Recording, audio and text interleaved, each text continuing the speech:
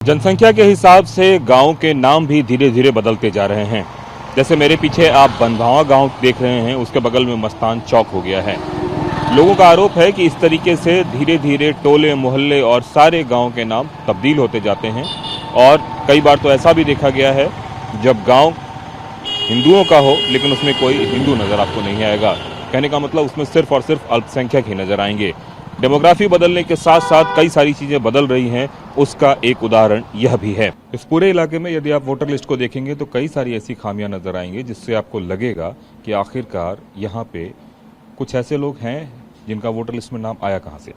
अब इस वक्त मैं दीघल बैंक इलाके में, दीघल बैंक किशनगंज में आता है, और दीघल बैंक की बात करूँ तो ये जो वोटर लिस्ट है उसके हिसाब से ये निर्वाचन क्षेत्र बिहार की निर्वाचक नामावली 53 ठाकुरगंज में आता है। यह दीघल बैंक का इलाका है।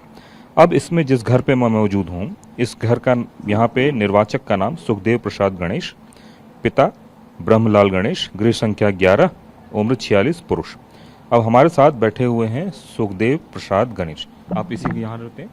जी, यहीं पे रहते हैं? हाँ, यहीं पे रहते हैं। अच्छा, जन्म वगैरह सब यहीं पे? सब जन्म और सब यहीं पे मेरा। और आपके पूर्वज भी यहीं से हैं? पूर्वज भी यहीं है।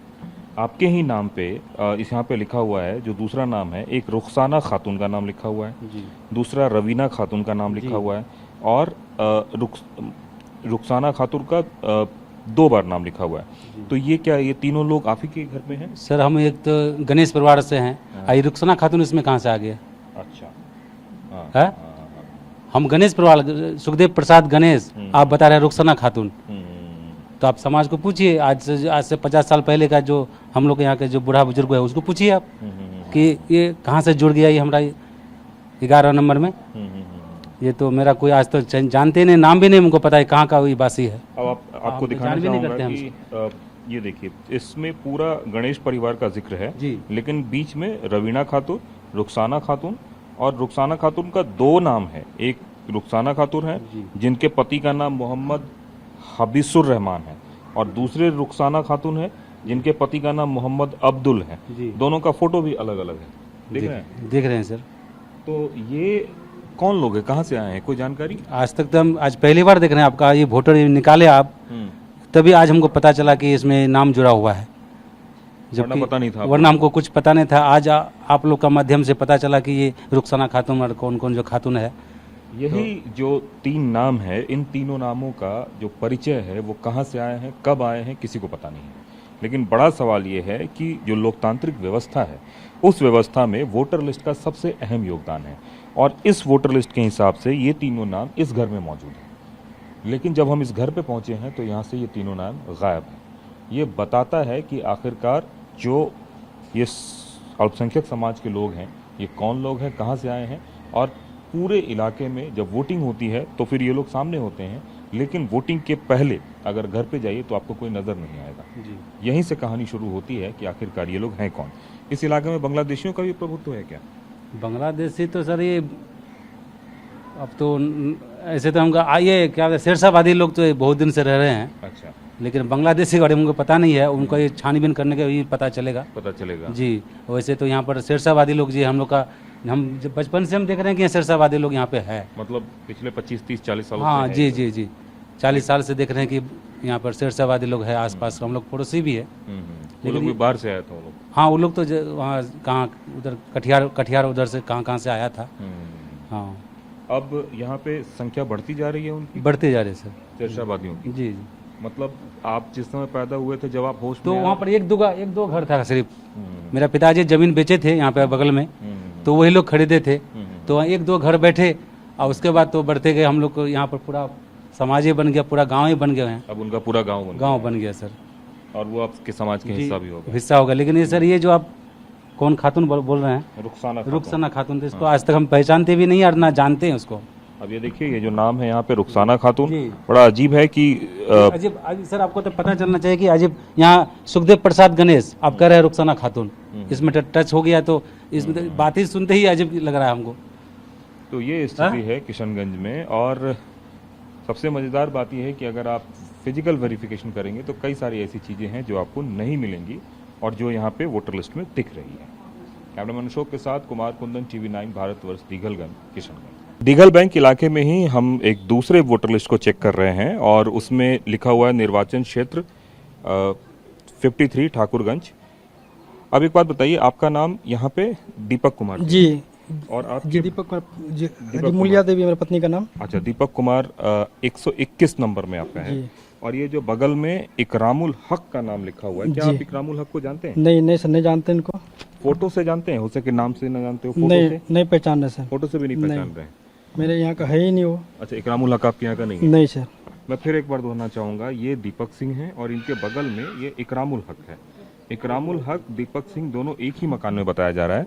अब हकीकत ये है कि इकरामुल हक, इनके पिता का नाम अब्दुल शरीफ है। नहीं, उनको भी नहीं जान रहे हैं? नहीं जानते तो उसको नहीं, तो मुसलमान है सर एक, तो हम जानते नहीं है। अच्छा अच्छा अच्छा जी।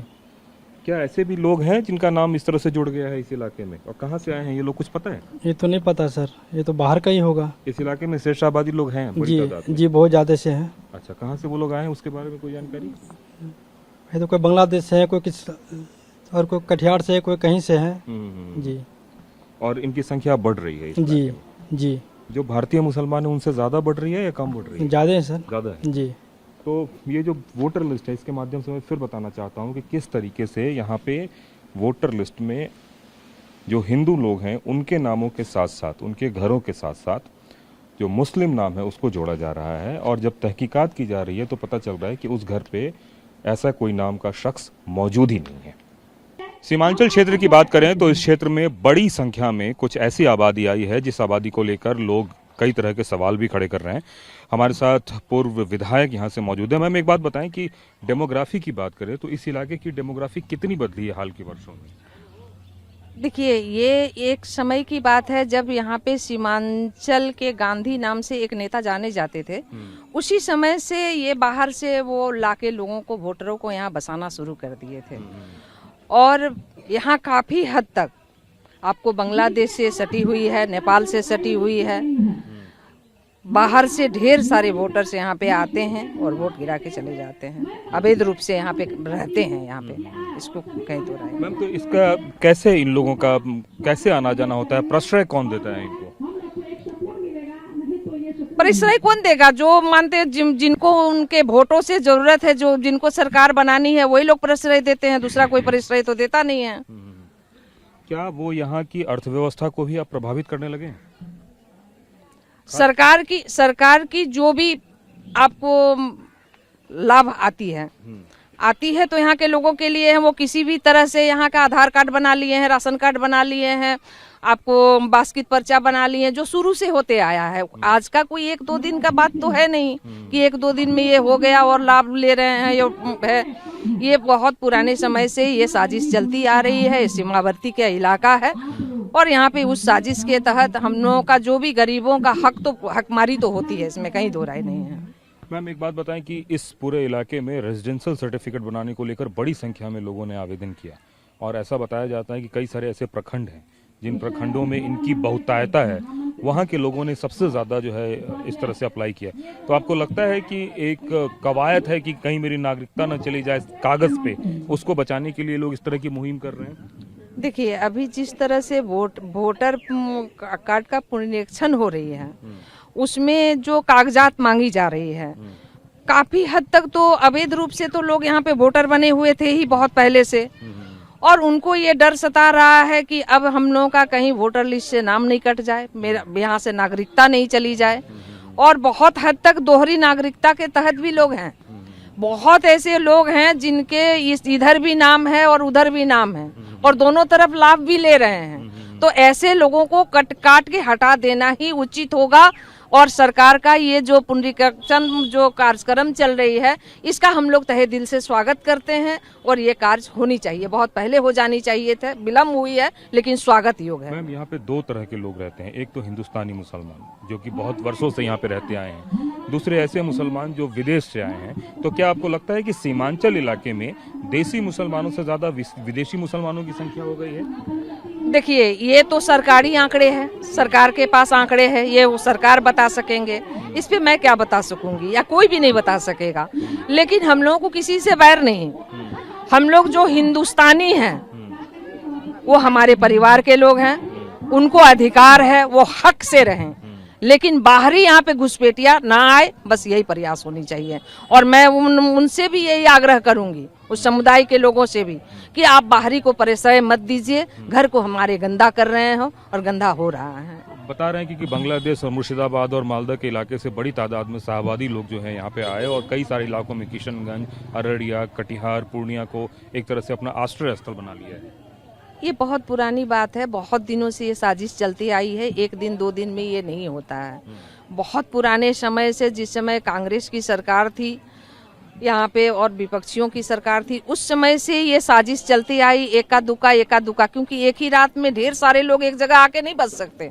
वो जैसे बसेंगे कि लोगों के नजर में आ जाएगा।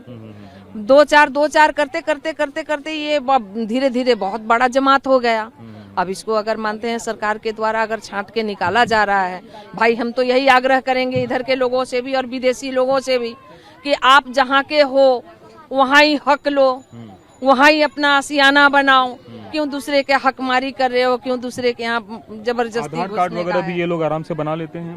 पहले तो बहुत लोगों का बना हुआ है, अभी सरकार की जो आई है रिपोर्ट उसमें ही है 1.25 लाख से ऊपर है अररिया जिला में। चलिए ठीक है, thank you ma'am. Cameraman Ashok के साथ कुमार कुंदन, TV9 भारतवर्ष, अररिया।